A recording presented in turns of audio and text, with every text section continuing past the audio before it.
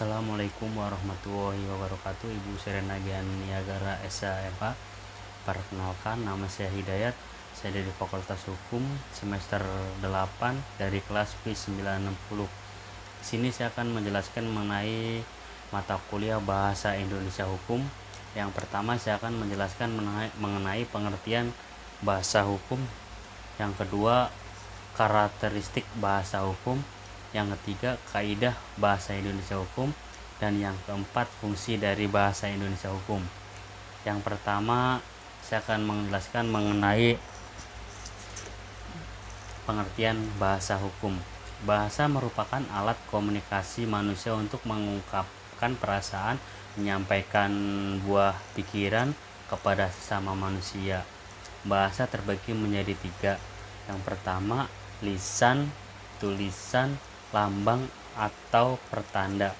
Bahasa hukum adalah suatu aturan atau peraturan yang bertujuan untuk mewujudkan ketertiban, keadilan, untuk mempertahankan kepentingan umum dan kepentingan pribadi di dalam masyarakat.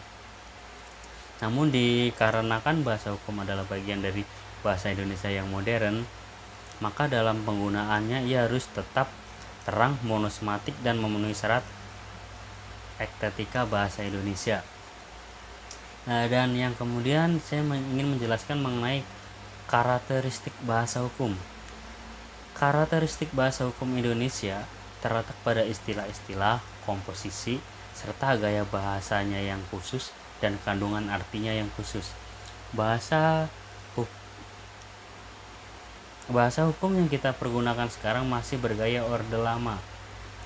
Masih banyak yang kurang sempurna sematik katanya, bentuk dan komposisi kalimatnya.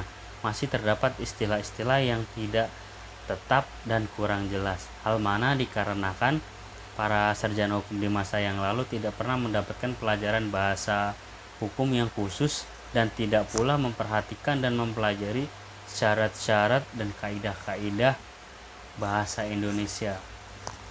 Kelemahan dari bahasa hukum ini dikarenakan bahasa hukum yang kita pakai dipengaruhi istilah-istilah yang merupakan terjemahan dari bahasa Belanda yang dibuat oleh para sarjana hukum Belanda yang lebih menguasai tata bahasa Belanda daripada tata bahasa Indonesia. Dan kemudian yang ketiga, mengenai kaidah bahasa Indonesia hukum. Kaidah-kaidah yang berlaku dalam bahasa Indonesia juga berlaku dalam bahasa Indonesia hukum. Hanya saja antara bahasa hukum dan bahasa Indonesia mempunyai ciri-ciri yang tegas yang berfungsi sebagai pembeda, yaitu yang mencakup dengan konsep bahasa itu sendiri. Kaidah hukum yang mengandung kata-kata perintah dan larangan, apa yang mesti dilakukan dan apa yang mesti tidak dilakukan. Tidak sedikit yang mengandung paksaan. Kaidah hukum tidak hanya terbentuk kaidah perundangan yang berwujud bahasa tertulis atau tulisan, tapi juga berwujud bahasa lisan, bahasa yang tidak tertulis dalam bentuk perundangan seperti terdapat dalam hukum adat dan hukum kebiasaan. Kemudian yang keempat, fungsi bahasa hukum. Bahasa Indonesia hukum berfungsi sebagai alat atau sarana untuk menyampaikan informasi. Oleh karena itu, bahasa Indonesia hukum merupakan bagian yang tidak terpisahkan dari bahasa Indonesia.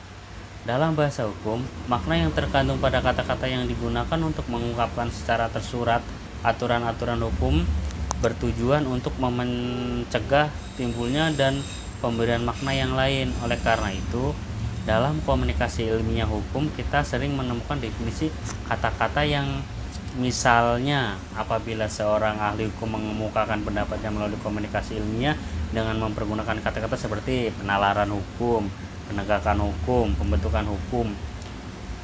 Terlebih dahulu menjelaskan apa yang dimaksud dengan kata-kata tersebut. Hal ini memang harus dilakukan untuk mencegah si penerima komunikasi memberi makna yang lain yang berbeda dari pengertian yang dimaksudkan. Apabila diamati berbagai komunikasi ilmiah di bidang hukum, semuanya merupakan pernyataan tentang hukum. Pernyataan itu melambangkan suatu pengetahuan yang ingin dikomunikasikan kepada orang lain tersebut, atau si penerima komunikasi dapat memahami makna dari hukum yang dikomunikasikan tersebut. Sekian, terima kasih penjelasan dari saya. Mohon maaf apabila ada kesalahan. Saya ucapkan terima kasih. Assalamualaikum warahmatullahi wabarakatuh.